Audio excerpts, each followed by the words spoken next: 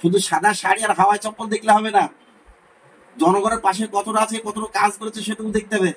আজকে মমতা ব্যানার্জির উচিত ছিল, আমি মনে করি, যখন অধীর রঞ্জন চৌধুরীকে বিভিন্ন জায়গায় গো ব্যাক স্লোগান দেওয়া হচ্ছে, ইউসুফ পাঠানের উচিত ছিল, যেটা ভুল হচ্ছে তাকে যেতে দেওয়া হোক, এই মন্তব্যই করা উচিত ছিল। আজকে পঞ্চায়েত ভোটে আপনারা নিশ্চয়ই দেখেছেন, বাড়ি বাড়ি গিয়ে হুমকি দিয়ে ভোট করানো হয়েছে। যে হাতে লাঠি ছিল, যে হাতে আগ্নেয়াস্ত্র ছিল, সেই হাতে আজকে জোড়হাত করে বলছে যে আমাদের প্রার্থীকে ভোট দেন। এই ভোট হয়ে যাওয়ার পরে পঞ্চায়েত ভোট হয়ে যাবে, সে হাতে লাঠি উঠে আসবে। ভোট মানে কিন্তু লাঠি নয়, ভোট মানে মত প্রকাশ, ভোট মানে স্বাধীনতা, ভোট মানে বাক স্বাধীনতা, ভোট মানে আপনার শান্তি শৃঙ্খলা। আর এই ভোট মনে রাখতে হবে, এই পঞ্চায়েত ভোট নয় যে রাস্তার অলিগলি তৈরি করার স্বার্থ এর সঙ্গে জড়িয়ে আছে। এর সঙ্গে জড়িয়ে আছে বিশাল ভূখণ্ড ভারতবর্ষ। এই বিশাল ভূখণ্ড ভারতবর্ষের আপামর জনসাধারণের স্বার্থ জড়িয়ে আছে এর সঙ্গে। তাই শুধুমাত্র টিএমসির কথাতে মুসলিমদের দেখে আর বিজেপির কথায় হিন্দু ভাইদের কথা ভেবে কিন্তু ভোট দিলে হবে না। ভাবতে হবে আগামী প্রজন্ম, আগামী 5 বছর কিভাবে দেশে চলবে। আপনার ছেলে চাকরি পাবে কিনা ভাবতে লজ্জা লাগে। এই যে বুড়ো ভাম নরেন্দ্র মোদী, তার 75-80 বছর বয়স হতে চললো, সে কিন্তু আরো বলতেছে আমি ভোটে দাঁড়াবো। অথচ আপনার বাড়ির যে যুবক ছেলে 18 বছরে সে চাকরি পাবে অগ্নিবীরে, 18 বছরে চাকরি পাবে, 22 বছরে সে কিন্তু রিটায়ার্ড করবে। ভাবতে পারেন আপনি যে যুবক ছেলেটি দেশের জন্য নিজের বুকে রক্ত দেবো বলে শপথ গ্রহণ করছে, হাতে রেখে বন্দুক তুলে নিচ্ছে শত্রুদের জন্য, শত্রুকে সে নিধন করবে। অথচ সে 4 বছর মাত্র তার সময়সীমা। কিসের জন্য হবে বলুন, কিসের জন্য এটা হবে? যারা নবযৌবন, নবজোয়ারে বিশ্বাসী একটা শ্রেণীর মানুষ আজকে প্রশাসনকে ভয় করছে না কারোর মদতে, তারা খুলে আম ঘুরে বেড়াচ্ছে। এই যেমন ধরুন সাংসদ অধীর রঞ্জন চৌধুরী, একজন বিশিষ্ট ব্যক্তিত্ব, তার ভোট চাওয়ার অধিকার আছে। কোন পথে যাবে, কোন দিক দিয়ে যাবে, তার আগে ইনফরমেশন দিতে হয় পুলিশকে। পুলিশকে ইনফরমেশন দেওয়া হচ্ছে, তারপরেও তাকে কিন্তু আটকে দেওয়া হচ্ছে। গণতন্ত্রের লজ্জা এটা। কিন্তু এই খবরটি গোটা ভারতবর্ষে ছেয়ে গেছে। এটা আমরা মনে করি বহরমপুরের, এটা মুর্শিদাবাদের একটা লজ্জাজনক ঘটনা যে এখানে একজন প্রার্থীকে ভোট চাইতে দেওয়া হয় না। কিন্তু এ করে কিছু করতে পারবেন অধীর চৌধুরী, কারণ অধীর চৌধুরী সাধারণ মানুষের কাজ করেন, একবারে খেটে খাওয়া মানুষের কাজ করেন। উনি মাস্তানিতে বিশ্বাস করেন না, গা জোয়ারিতে বিশ্বাস করেন না, মানুষের পাশে থাকাকে বিশ্বাস করেন। ঝড় ঝঞ্ঝা বৃষ্টি যখনই ডাকবেন তখনই আপনি পাবেন।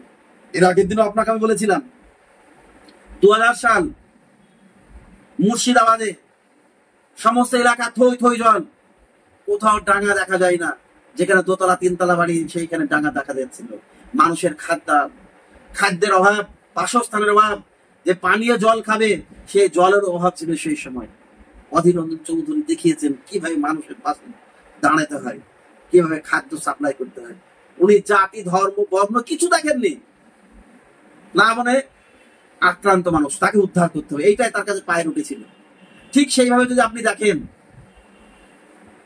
যখন কোভিড-19, না অনেকের মধ্যে এখন একটা মানে এই চলে আসছে, মানে সাংবাদিকদের সামনেও অনেক কিছু কিছু মানুষ বলছে যে কোভিডে তারপর লকডাউনের সময় উনি কিছুই করেননি যদি বলা যায়।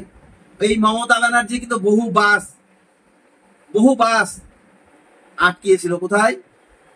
উড়িষ্যা বাংলা বর্ডারে। বহু ট্রেন আটকিয়েছিলেন কোথায়? বর্ডারে। কেন আটকিয়েছিলেন? উনি জানতেন যে এই গাড়িগুলি, এই ট্রেনগুলিকে অ্যারেঞ্জ করেছেন সাংসদ অধীর রঞ্জন চৌধুরী। সে মানুষরা ভুলে যায়নি। আপনার চোখে অধীর চৌধুরী জিতছেন, তাই তো? হ্যাঁ অবশ্য, কোনো সন্দেহ না। মানে আপনি নিশ্চিত থাকতে পারেন অধীর চৌধুরী জিতছে, নিশ্চিত থাকতে পারেন অধীর চৌধুরী জিতছে। খুব ভালো জায়গায় আছেন সেলিম দা, খুব ভালো জায়গায় আছেন সেলিম সাহেব, ভালো জায়গায় আছেন।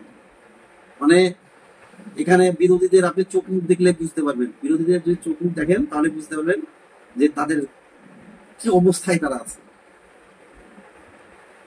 আর সবচেয়ে বড় কথা হচ্ছে অধীর চৌধুরী, দেখেন আপনার মাধ্যমে বলতে চাই, অধীর চৌধুরী বাংলা জানেন, ঠিক আছে, ইংরেজি অত বড় পণ্ডিত নন, কিন্তু ইংরেজিতে কথা বলতে পারেন, পড়তে পারেন। টিএমসি যে প্রার্থী এসছেন উনি বাংলা বলতে পারেন না, বাংলা পড়তে পারেন না, যে মঞ্চে বসে পেছনে মমতা ব্যানার্জির নাম লেখাছে, ওকে যদি বলা যায় পেছনে কি লেখাছে বলতে হবে, ওর 25-26 বছর লাগবে বাংলা শিখতে।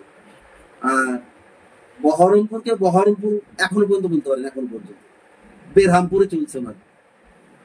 যাক, বাংলার জায়গায় এসেছেন আমাদের মেহমান, সে মেহমানকে অবশ্যই খাতির সম্মান আমাদের করার দরকার আছে। তাকে আটকানো দরকার নাই, আটকানো যাবে না। সেই ভোট চাইবে, ভোট চাক, যদি পারে জিতবে, মানুষ যদি চায় তাকে জিতবে। একটা জিনিস কিন্তু মনে রাখতে হবে, যে স্বপ্ন নিজের ভাষাতেই দেখে। আপনি যত বড় পণ্ডিত হন না কেন, বাংলা, ইংরেজি, হিন্দি, উর্দু, ফার্সি 8-10টা ভাষা জানেন, কিন্তু আপনি যদি রাতে ঘুমে করে কোনো স্বপ্ন দেখেন, সেই স্বপ্ন কিন্তু আপনি মাতৃভাষাতেই দেখবেন। এটা কিন্তু বিজ্ঞান স্বীকৃত জিনিস। আপনি ফ্রান্সের ভাষাও জানতে পারেন, কিন্তু ফ্রান্সের ওই ভাষাতে কিন্তু আপনি স্বপ্ন দেখবেন না। ফ্রান্সের মাটিতে সে স্বপ্ন দেখবেন, আপনি কিন্তু বাংলা ভাষাতেই স্বপ্ন দেখবেন। তো স্বপ্ন মানুষ নিজের মাতৃভাষাতেই দেখে, এবং সাকার করতে হলে পরে মাতৃভাষা প্রয়োজন আছে।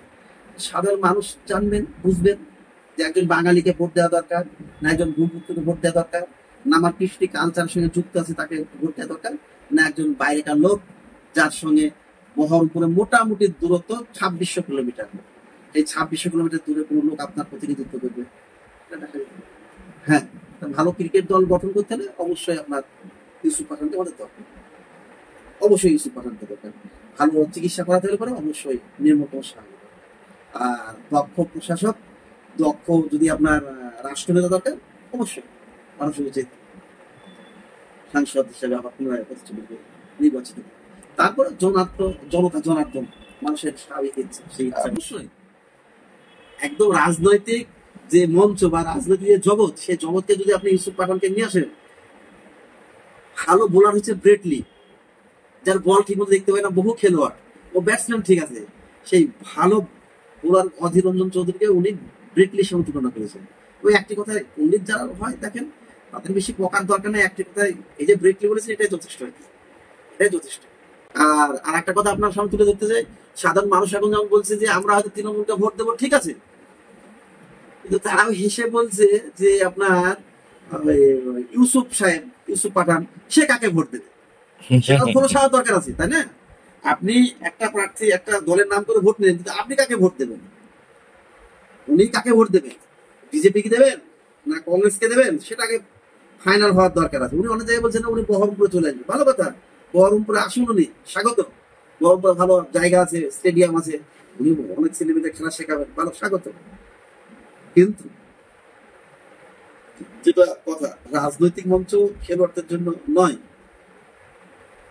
চমক থাকতে পারে, চমক আছে, মমতা ব্যানার্জি অবশ্যই ইউসুফ পাঠানকে আপনার প্রার্থী করার পিছনে বহু চমক আছে, বহু অঙ্ক আছে, সে অঙ্ক সব গোলমাল হয়ে যাবে সব।